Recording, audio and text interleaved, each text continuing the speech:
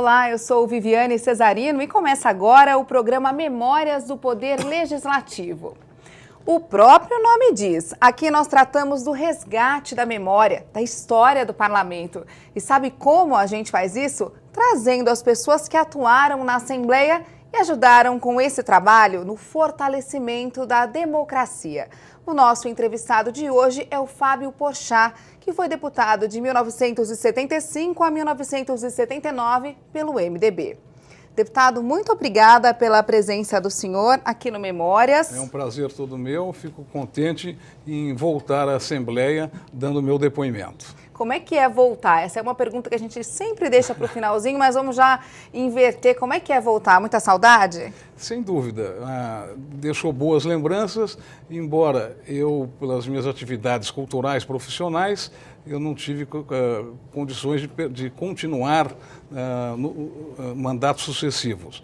Então, eu deixei a deputância, onde, aliás, eu sempre militei pelas artes e pela cultura de São Paulo, e voltei-me então à coordenação como empresário cultural, de outras atividades culturais laicas. E essas atividades, eu fui então presidente da Academia Latino-Americana de Arte, e essa academia me envolveu de tal forma, porque nós temos que mostrar toda a cultura paulista e brasileira para outros, além de em todos os estados brasileiros, inclusive para outros países latino-americanos. Então, realmente, eu não tinha condições físicas, né, de poder permanecer na Assembleia e com o cargo de presidente da Academia Latino-Americana de Arte. Bom, mas vamos contar um pouquinho como é que o senhor chegou até aqui, né? O senhor tinha 20 e poucos anos, Exato. Ainda não era casado, porque vamos explicar que o deputado Fábio Porchat é pai do humorista Fábio Porchat, um humorista muito conhecido. Sem dúvida. E ainda até perguntei para o senhor antes da gente começar se ele vinha pequenininho aqui, e o senhor disse que não, que ele não tinha nem nascido ainda. Como é que o senhor chegou até aqui? O senhor já era empresário? Sim, eu era empresário cultural, só que quando eu fui eleito, o Fabinho não era nascido ainda, mas eu já tinha duas filhas já nascidas e que vieram sim à Assembleia. Vieram pequenininhas? Vieram pequenininhas à Assembleia. Gostaram da política? Seguiram alguma coisa? Eu acho que elas preferiam me ver lá em casa mesmo, né?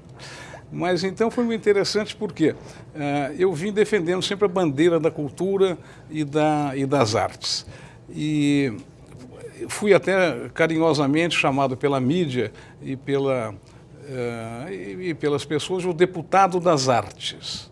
E isso, então, foca com bastante intensidade todo o caminho que eu percorri dentro do meu mandato, sempre na defesa da cultura e das artes paulistas e brasileiras. Como é que o governo estadual trabalhava a cultura naquela época? Quando o senhor chegou aqui, a gente ainda vivia um período de ditadura, onde a cultura passava muitas vezes pela censura. Uma censura bastante pesada. E nós conseguimos, às vezes, burlar um pouco a censura. Como, deputado? Os censores não tinham um alto espírito de compreensão cultural. Então, não era tão difícil driblá-los, né? E o fato é que conseguimos, em diversas vezes, aconteceu que, muitas vezes, eu era muito amigo do Chico Buarque, desse pessoal todo que era censurado, e eu então conseguia, por vezes, vamos dizer, ludibriar os censores parcos de cultura e conseguir, então, fazer com que esses projetos artísticos e culturais passassem desapercebidos e isentos da censura. E dava certo? A maioria das vezes deu. Depois, quando descobriam, então, eu não tinha medo não, mas a minha família tinha medo da repreensão. Mas eu realmente nunca aconteceu nada comigo de terrível nesse setor, né? Mas eu fiquei terrificado sim, porque aconteceu com outras pessoas, né? E aí, os artistas procuravam o senhor? Como é que funcionava? Procuravam Sabiam que o muito. senhor era essa... Procuravam muito. Tinha essa coragem, vamos procurar o deputado que ele facilita. Sempre, os artistas procuravam muito. Eu sou muito amigo até hoje, um grande amigo meu que me procurou muito na época, recentemente falecido, o Jair Rodrigues. Inclusive foi velado aqui na Assembleia. Foi velado aqui na Assembleia, exatamente, eu estive aqui. E, enfim, com ele diversos outros artistas, né?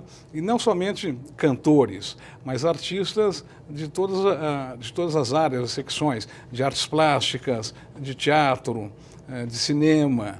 Cinema, aliás, é a minha carreira. Eu sou cineasta e documentarista, e sempre nessa época que eu vim a fazer a campanha, eu fui eleito por essa classe, principalmente do cinema, mas das artes em geral. Então foi muito interessante porque nós frequentávamos naquela época muito o Clubinho dos Artistas, que é um clubinho espetacular, uma coisa importantíssima para a política brasileira, não é? Esse clubinho que era aqui em São Paulo.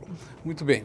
E nas conversações todas que lá nesse clubinho havia, um dia o Di Cavalcanti estava aqui em São Paulo, nem voltava em São Paulo, eu voltava no Rio, mas estava em São Paulo, e junto com o Almeida Salles, junto com outros intelectuais, eles resolveram me lançar candidato a deputado estadual. Ah, foi assim que aconteceu, foi então? Bastante interessante, porque eles fizeram na hora um manifesto super bacana. Eu tenho esse manifesto com um carinho enorme até hoje. O senhor guardou até hoje? Tem, mas isso é fantástico, porque é histórico. Eu tenho assinaturas de apoio à minha candidatura.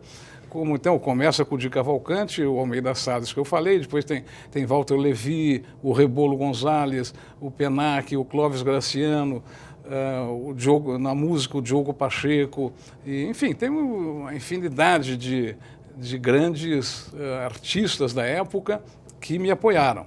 E isso ocorreu, então, dessa maneira, e então foi um prato cheio para os jornalistas. Então, porque eu tinha esse documento, esse abaixo-assinado com essas assinaturas importantes. Eu não era importante, mas eles eram importantes. E eles me fizeram importante por sendo eu o porta-voz desses grandes líderes da cultura brasileira. E desta forma, então, a imprensa achou interessante e me prestigiaram muito, e vinham na minha casa, queriam o documento, mostrar os documentos, aquelas assinaturas importantíssimas todas e tal. Então eu tive uma mídia espontânea muito grande, e dessa forma consegui me eleger, então. É uma mídia e uma responsabilidade tanto, né, deputado? Exatamente, a responsabilidade que no momento não me pesava, porque eu ia com desenvoltura, eu militava jovem, né, 20 e poucos anos. Hoje eu fico preocupado se eu não tivesse feito o que fiz pelas artes, né? Eu falei, puxa vida, mas de qualquer maneira eu fui felizmente reconhecido por esses amigos nossos. Alguns já morreram, o Gustavo Rosa, que assinou também o documento, faleceu agora, lamentavelmente. Nós estamos, mas de qualquer forma, toda a comunidade cultural que compõe a cultura brasileira reconhecem que eu cumpri a minha missão. Quer dizer, colocaram uma responsabilidade, escolheram o nome do senhor, colocaram essa responsabilidade no colinho do senhor, e o senhor nem teve como falar, não, obrigado, o senhor abraçou. Exatamente. E aí chegou aqui. Com ímpeto juvenil e romântico, né? Porque eu não sabia que era idealista, né? Eu não sabia que era tão difícil ser eleito deputado. Se eu soubesse, talvez eu recusasse. Foi difícil, deputado? Conta pra gente. Sempre é difícil, né? Ser eleito é muito difícil, mas de qualquer maneira é altamente gratificante, isso que é o principal. E principalmente quando você tem o reconhecimento daqueles que te elegeram. Então o senhor chegou com essa intenção, né, de representar essa classe artística, os amigos do senhor, Exatamente. Quem tinha depositado toda essa confiança no senhor. Mas como que foi essa chegada? Porque é um ambiente político, é um ambiente mais sério, é um ambiente menos descontraído. A gente vivia numa ditadura. Sem como dúvida. É que o senhor chegou aqui? Quando eu cheguei mocinho? Aqui foi interessantíssimo, mesmo porque eu usava um cabelo mais comprido. Cabelão. Né? Então, foi uma espécie de escândalo aqui na Assembleia quando eu cheguei, mesmo porque eu cheguei um dia sem gravata. E o pessoal falou, não, mas não pode entrar no plenário, tem que ser. Daí, um amigo meu que trabalhava, que era funcionário aqui na Assembleia, me emprestou a gravata e o paletó, e eu entrei de sandália mesmo, mas de gravata e paletó. Então o senhor chegou cabeludo e sem gravata aqui na Assembleia. Sem gravata. Já dizendo assim, cheguei para polemizar aqui. Aliás, olha que interessante, esse amigo meu que emprestou a gravata, aliás é meu amigo até hoje, grande amigo, é o Pedro Menin, que é desembargador. O homem da gravata que fez o senhor entrar no plenário a primeira vez. Assembleia. Então foi aquela juventude, cresceu, se estabeleceu como líderes nas suas respectivas sessões culturais e eu, após isso, eu voltei então, sem o mandato, voltei a participar dessas atividades que sempre nortearam a minha vida profissional. Uhum. Mas aqui, como é que era o trabalho? O que vocês buscavam na época? Era um espacinho de liberdade? Era essa questão de procurar aí uma brecha para se expressar? Olha só, coisa interessante. Hoje, a Assembleia Legislativa de São Paulo tem uma das mais importantes pinacotecas, das maiores pinacotecas. Nós temos aqui esses quadros. Naquela época, não só não havia, como era proibido haver obras de arte na Assembleia. Assim, pelos corredores? Assim? Não podia. Então, eu fui o primeiro inclusive eu cheguei a primeiro secretário da Assembleia. Enfim, eu consegui que caducasse essa resolução totalmente sem nexo, não é? E fazendo com que acontecesse os eventos de artes plásticas aqui na Assembleia. Inclusive, eu fiz a primeira exposição de artes plásticas que a Assembleia oficialmente registrou, fui eu quem fiz. E hoje, evidentemente, outros deram continuidade a esse momento, e hoje nós temos essa pinacoteca tão importante aqui na Assembleia, que, aliás, está à visitação pública. E muito pouca gente sabe disso. É verdade, eu mesma não sabia, porque a gente vê vários quadros bonitos e é uma delícia andar aqui pelos corredores e ver, né? Exatamente. Tem obra de arte também por aqui espalhada. Tem muitas obras de arte, esculturas. Antes não, era tudo então... Era proibido, não tinha. Proibido. E felizmente atenderam o meu pedido e abriram a Assembleia, abriram as portas da Assembleia para receber os artistas plásticos. Agora, deputado, outros deputados que eu entrevistei, eles sempre fazem questão de destacar que aqui, apesar da ditadura, apesar da censura, era um ambiente de liberdade. Era um ambiente que acolhia as pessoas que vinham com essas demandas reprimidas da sociedade. Na questão da cultura, não era assim. Na questão da cultura tinha um vácuo aí. Houve na circunstância cultural, houve realmente uma demora mais longa para que houvesse a liberdade. Mas nós nunca fomos molestados aqui na Assembleia, porque já eram no final da ditadura. Tanto é que eu votei contra o presidente Figueiredo, mas votei. Então tive oportunidade disso, como falei no começo da entrevista, que eu não tinha idade, então minha geração... eu fui o primeiro da minha geração a votar para presidente da República. Olha só. Então na questão da cultura tinha um certo atraso que foi sendo compensado. Exatamente. Por quê? Porque as pessoas tinham uma visão diferenciada de cultura, de repente, de que cultura era mais a questão do folclore, não tanto peça de teatro. O que acontecia? Assim? Eu vou citar uma frase do Goebbels, que foi ministro do Hitler, que dizia o seguinte: sempre que eu ouço a palavra cultura, eu ponho a mão no meu coldre. Então, talvez as pessoas tenham realmente medo da cultura. O próprio meu filho, que hoje faz sucesso na área cultural, os corruptos têm medo dele. Porque ele é da cultura. Tem mais medo da cultura do que da polícia.